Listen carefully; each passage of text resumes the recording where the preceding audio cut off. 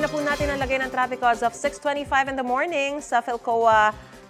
Yang kuha pong yan, ang lane na yan ay papunta sa Quezon Memorial Circle na sa mga sandali pong ito. Makapal na po yung volume ng mga sasakyan. Makikita po natin napakarami ng mga motorsiklo at mga iba't ibang klase ng mga sasakyan. Pero tuloy-tuloy pa naman po ang usad ng mga ito. Sa EDSA Kamuning naman po tayo.